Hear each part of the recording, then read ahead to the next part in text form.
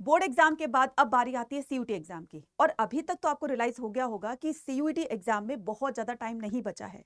कुछ ही दिन बाकी रह गए हैं। इनमें हमें सीयूटी की प्रिपरेशन के लिए क्या पढ़ना है, कितना पढ़ना है, कैसे पढ़ना है, कब से पढ़ना है, कब हमें मॉक टेस्ट लगाने हैं, कब हमें पीवाईक्यूज लगाने हैं, ऐसे बहुत सारे डाउट, ऐसे बहुत सारी क्वेरी, ऐसे बहुत सारे क्वेश्चन हर एक सीयूटी एस्पिरेंट के दिमाग में घूम रहे होंगे और सभी बच्चे इसका आंसर पाना चाहते हैं। तो ये वीडियो आपके लिए बहुत इंपॉर्टेंट होने वाली है, क्योंकि इस वीडियो के अंदर मैं बताने वाली हूं, एक कंप्लीट प्लान बताने वाली हूं, जिससे कि आप फॉलो करके टाइम टेबल भी बताऊंगी, कब क्या कितना पढ़ना है, डोमेन के लिए कितना टाइम देना है, अपने जीएटी लैंग्वेज के लिए कितना टाइम देना है, कब कब क्या क्या चीजें पढ़नी है, ईच एंड एवरीथिंग आपको इस वीडियो में बताने वाली हूं। तो बस मेरे साथ इस वीडियो को लास्ट तक देखना है, और अगर आप चैनल पर नहीं तो चैनल को सब्सक्राइब जरूर करना है और इस वीडियो को ज्यादा से ज्यादा अपने तक शेयर करना है।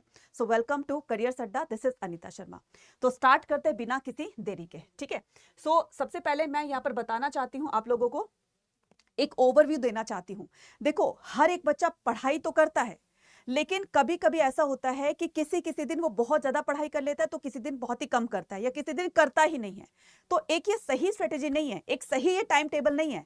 अगर आपने कोई टाइम टेबल बनाया है, अपने मन में आपने ठान लिया कि मुझे इतने घंटे पढ़ना है, तो उस पर स्टिक रहना होगा, ठीक है। तभी जाकर के हम सारी चीजों को कम टाइम में समझ सकते हैं, और कम टाइम में हम ज्यादा से ज्यादा अंडरस्टैंडिंग ले जाकर के किसी भी एग्जाम को बहुत अच्छे मार्क्स से क्रैक कर सकते हैं, ठीक है।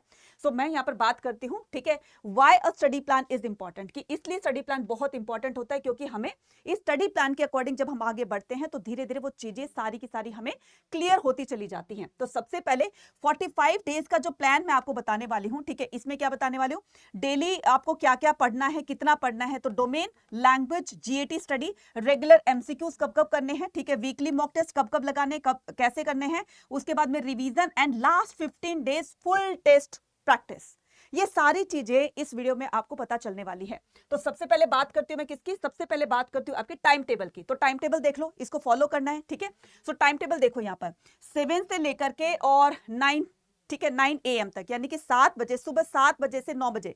बच्चा थोड़े दिन जो है वो अपना जो आपका रूटीन था उठने का, है ना, कि आप 10 बजे उठ रहे हो, आप 9 बजे उठ रहे हो, तो थोड़े टाइम जो है सीयूटी जैसा एग्जाम क्रैक करने के लिए थोड़ा सा जल्दी अपने उठने की हैबिट बना लीजिए। क्योंकि अभी अगर आपने अपना पहले वाला अगर आपने रूटीन फॉलो किया है ना, उठने का, देरी से उठने का, तो थोड़ा सा वो आपके लिए नुकसानदेह हो सकता है। इसलिए थोड़ा सा अपना रूटीन चेंज कीजिए और सुबह जल्दी उठने की कोशिश कीजिए। तो सुबह 7 बजे से, हम 7 बजे से पहले जो भी आपको फ्रेश होना है, नहाना धोना है, ब्रेकफास्ट करना है, वो सब काम करके बैठ जाइए, ठीक है।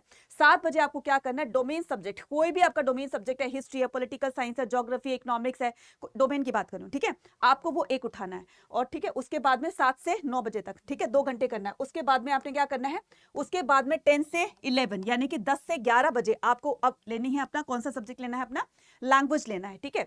उसके बाद में लैंग्वेज आपके पास चाहे हिंदी हो चाहे इंग्लिश हो। नेक्स्ट बात करते हैं 12 से 1 के बीच में आपने क्या करना है, जीएटी में रीजनिंग को उठाना है, ठीक है, रीजनिंग के क्वेश्चन सॉल्व करने हैं। उसके बाद में 3 से 4 बजे के बीच में आपने क्या करना है, देखो बीच में 1 घंटे का गैप भी दे दिया मैंने, ठीक है। तो जीएटी जो है आपने क्या करना है 3 से 4 के बीच में। अब यहाँ पर जीएटी पहले हमने रीजनिंग करी थी, उसके बाद में हम यहाँ पर क्वांट और जो डाटा इंटरप्रिटेशन के जो क्वेश्चंस होते हैं उनमें हमें सॉल्व करना होगा, ठीक है। उसके बाद में यहाँ पर 6 से 7 बजे, अब फिर से मैंने यहाँ पर एक ब्रेक दे दिया 1 घंटे का, तो 6 से 7 बजे के बीच में आपने क्या करना है, डोमेन्स के एमसीक्यूज लगाने हैं और पीवाईक्यूज, दोनों में से कोई भी कर लो, या तो एमसीक्यूज लगा लो या फिर आप जो है वो पीवाईक्यूज लगा लीजिए। फिर 9 से 10 बजे आपने क्या करना है, जो पूरा आपने पढ़ा, ठीक है, डे टाइम में जितनी भी एक्टिविटीज करी हैं, मतलब जितना भी आपने पढ़ाई करी है, अब उसको फाइनल टेस्ट देना है रात को सोने से पहले, ठीक है। तो रिवीजन करनी है किसके, शॉर्ट नोट्स, डेट्स और फॉर्मूला। तो रिवीजन क्या करनी है, जो भी आपने पढ़ा, आपने हिस्ट्री, पॉलिटी, इकोनॉमिक्स, ज्योग्राफी, जो भी कुछ आपने पढ़ा, तो उसके साथ साथ में थोड़े थोड़े आपने क्या बनाए होंगे, नोट्स बनाए होंगे।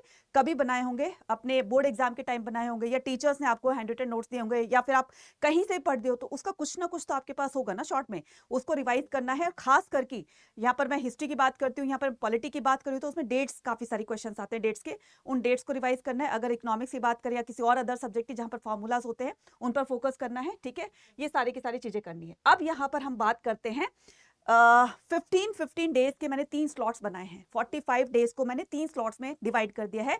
तो पहले 15 दिन आपने क्या करना है, मिड वाले जो 15 डेज है उसमें क्या करना है, लास्ट के 15 डेज में क्या करना है, इसको जरा ध्यान से सुन लो।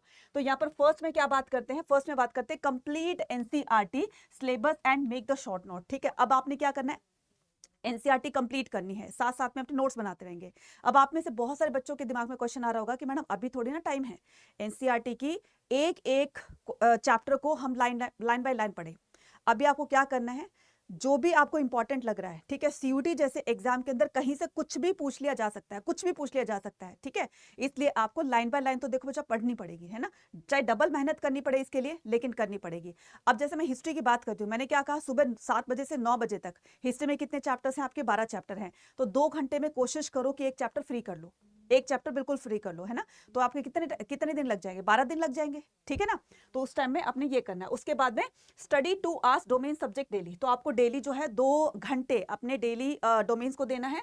उसके बाद में प्रैक्टिस चैप्टर वाइज, तो इस 15 दिनों में आपने क्या करना है, सबसे पहले कंप्लीट एनसीईआरटी, फिर उसके बाद से साथ साथ में नोट्स बनाने हैं, देन उसके बाद में study 2 hours domain subject daily, उसके बाद में practice chapter chapter wise MCQs. तो जो आपने चैप्टर पढ़ा है, आज आपने फर्स्ट चैप्टर उठाया या आपने 6th चैप्टर उठाया या आपने 12th चैप्टर उठाया, तो उसके क्या करने हैं, आपने एमसीक्यूज लगाने हैं, ठीक है।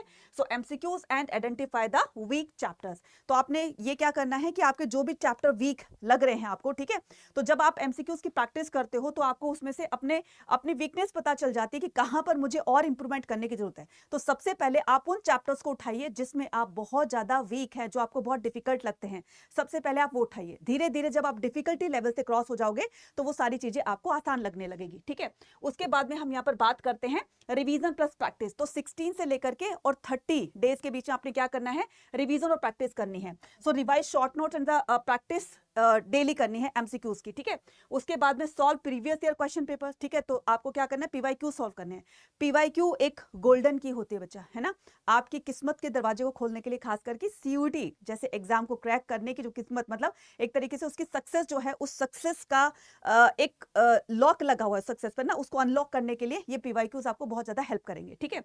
उसके बाद में यहाँ पर मॉक टेस्ट एवरी 2 डेज, तो आपको हर 2 दिन में आपको एक मॉक टेस्ट जरूर से लगाना है। मॉक टेस्ट लगाने का सबसे बड़ा बेनिफिट ये होता है कि हमें एक रियल टाइम मैनेजमेंट का पता चल जाता है कि हमें इतने टाइम में इतने क्वेश्चन सॉल्व करते हैं। जब आप पहली बार मॉक टेस्ट लगाओगे, आई नो, और मैं ये डेफिनेटली कह सकती हूँ कि आपको उसमें टाइम लगेगा, लेकिन जैसे जैसे आप प्रैक्टिस करते जाओगे मॉक टेस्ट की, तो धीरे धीरे आप देखिएगा, खुद ऑब्जर्व कीजिएगा, जितने आपने मॉक टेस्ट में पहले दिन टाइम लिया था, उतना लास्ट तक आते आते वो टाइम बिल्कुल आपका रिड्यूस हो जाएगा। बहुत ही कम टाइम में आप सारे के सारे क्वेश्चन सॉल्व करने लगोगे। इसलिए मॉक टेस्ट लगाना बहुत बहुत जरूरी है, और हर 2 दिन के बाद आपने एक मॉक टेस्ट लगाना ही लगाना है। उसके बाद में यहाँ पर 31 से 45 डेज के बीच में क्या करना है, यहाँ पर आप करोगे, क्या करोगे, give 1 mock test daily and analyse your mistake. तो जब आप मॉक टेस्ट सॉल्व कर रहे होंगे तो उसमें आपकी गलतियां भी होंगी, अब उन गलतियों को एनालाइज करना है, ठीक है, उनको इंप्रूव करना है। उसके बाद में revise important topics, formulas and date, ठीक है। फिर से कहूंगी कि इस टाइम में आपको क्या करना है, जितने भी आपके इंपॉर्टेंट टॉपिक्स हैं, फॉर्मूलाज हैं और डेट्स हैं, ठीक है, ये सारी चीजें आपको उस पर फोकस करना है। उसके बाद में focus on the accuracy and speed. बच्चे ये बहुत इंपॉर्टेंट है, मॉक टेस्ट जब आप लगाओगे ना, तो इससे आपकी स्पीड और एक्यूरेसी दोनों बढ़ती चली जाएगी।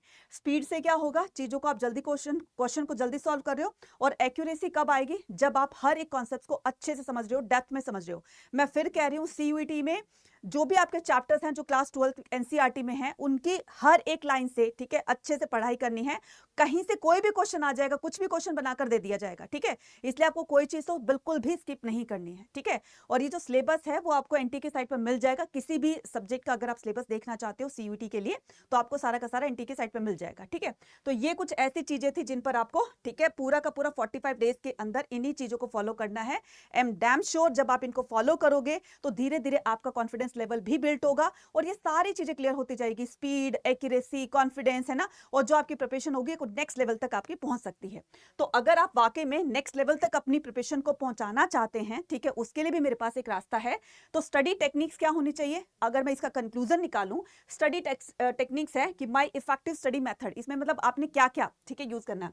सो मॉर्निंग में क्या करना है, अपने डोमेन सब्जेक्ट लेने हैं, तो ये ओवरऑल है, ठीक है, ये स्टडी टेक्निक्स है, विजुअलाइजेशन, आउटलाइन मेथड और बॉक्सिंग मेथड। अब ये बॉक्सिंग मेथड क्या है, बॉक्सिंग नहीं करनी है आपने क्या करना है, फटाफट से क्वेश्चन देखा और उसका आंसर कर दिया, फटाफट क्वेश्चन देखा, आंसर कर दिया। लेकिन यहां तक आने के लिए आपने ऊपर जो मैंने सारी चीजें बताई हैं, उन पर फोकस करना है, तब जाकर के आप ये मेथड जो है यूज कर सकते हैं। ठीक है, तो मैंने ये जो मेथड है यहाँ पर बता दिया कि मॉर्निंग में आपको क्या करना है, अपने डोमेन सब्जेक्ट उठाने हैं, आफ्टरनून में क्या करना है, आपने इंग्लिश सब्जेक्ट उठाना है, उसके बाद इवनिंग में क्या करना है, अपनी जनरल टेस्ट उठाना है। ठीक है, उसके बाद में नाइट में क्या करना है, एमसीक्यूज की प्रैक्टिस करनी है और डेली रिवीजन करनी है। बच्चा रिवीजन करना मत छोड़ना, ऐसा नहीं है कि आपने एक टॉपिक को, एक चैप्टर को एक ही बार पढ़ा मतलब हो गया काम, रिवीजन करते रहनी है। एक चीज को जब आप बार बार करते हो तो वो चीजें और ज्यादा हमें पक्की हो जाती है। एक कहावत सुनी होगी ना आपने, प्रैक्टिस मेक्स मैन परफेक्ट, है ना। क्यों कहा जाता है कि जितनी बार आप रिवीजन करोगे उतनी ही बार आपके अंदर वो परफेक्शन आती चली जाएगी। इसलिए रिवीजन तो आपको डेली डेली करनी है। और अगर आप यकीन मानो, अगर आप एक सही टाइम टेबल को फॉलो करोगे या एक सही स्ट्रेटेजी के साथ अपनी सीयूटी की प्रिपरेशन करोगे, डैम श्योर कि आपका 99% या फिर आप 100% टैलेंट बन सकते हो। तो आपको उसी लेवल की प्रिपरेशन करनी होगी। और उस लेवल की प्रिपरेशन जो है वो आपको कहां पर कराई जा रही है, वो करवाई जा रही है आपकी करियर्स अड्डा पर। ठीक है, सो फटाफट से जाइए और करियर्स अड्डा की ऐप पर जाकर के आपको प्रतिज्ञा बैच दिख रहा होगा, तो वहां पर आपने क्या करना है, वहां पर आपने फटाफट से प्रतिज्ञा को एनरोल कर लेना है आज ही। ठीक है, क्योंकि आज ये आपका जो है, यहाँ पर क्या बताया गया है, इसमें बताया गया है कि कैसे आपने क्या करना है। ठीक है, प्रतिज्ञा बैच को एनरोल करना है। यहाँ पर जाएंगे, यहाँ पर करेंगे आप क्या, करियर्स अड्डा। ठीक है, क्या करेंगे यहाँ पर, करियर्स अड्डा। ठीक है, करियर्स अड्डा। और इस तरीके से जैसे ही आपके पास इंटरफेस आ जाएगा, यहाँ पर क्लिक करेंगे। जैसे आप क्लिक करेंगे तो यहाँ पर आ जाएगा आपका ऑल कोर्सेज आ जाएगा, आर्ट्स के हो, कॉमर्स के हो, साइंस को। ठीक है, अपने फ्रेंड्स को भी आप बता सकते हो। तो ये रहा आपका प्रतिज्ञा प्लस, जिसमें आपको बुक दी जा रही है। ये है प्रतिज्ञा का महापैक, जिसमें आपको पीवाईक्यूज, मॉक टेस्ट, है ना, और सारे डोमेन बुक सब कुछ दिया जा रहा है। तो मुझे लगता है कि ये आपकी प्रिपरेशन को एक नेक्स्ट लेवल तक ले जाने में आपकी बहुत ज्यादा हेल्प कर सकता है। तो यहाँ पर क्या करेंगे, बाय नाउ करेंगे, यहाँ पर करेंगे Y489 कूपन कोड लगाएंगे। इससे आप क्या करोगे, इससे आपको डिस्काउंट भी मिल जाएगा। और हमारे साथ ऑलरेडी प्रतिज्ञा की क्लासेस जो हैं वो स्टार्ट हो चुकी हैं। ठीक है, हिस्ट्री की फर्स्ट क्लास जा चुकी है। जितना डिले करोगे उतना ही अपनी प्रिपरेशन से आप और ज्यादा डिले होते चले जाओगे। इसलिए जितनी जल्दी आप प्रिपरेशन स्टार्ट करोगे उतनी जल्दी रिवीजन करोगे और उतनी ही जल्दी एक कॉन्फिडेंट होकर के आप अपने एग्जाम में जाएंगे। ठीक है, बाकी अगर किसी भी तरह का कोई भी डाउट होता है सीयूटी एग्जाम को लेकर के, तो भी आप कमेंट सेक्शन में लिखकर पूछ सकते हैं। और ये वीडियो कितनी आपको हेल्पफुल लगी, ये भी आप मुझे कमेंट सेक्शन में लिखकर जरूर से बताइएगा। Thank you and all the very best.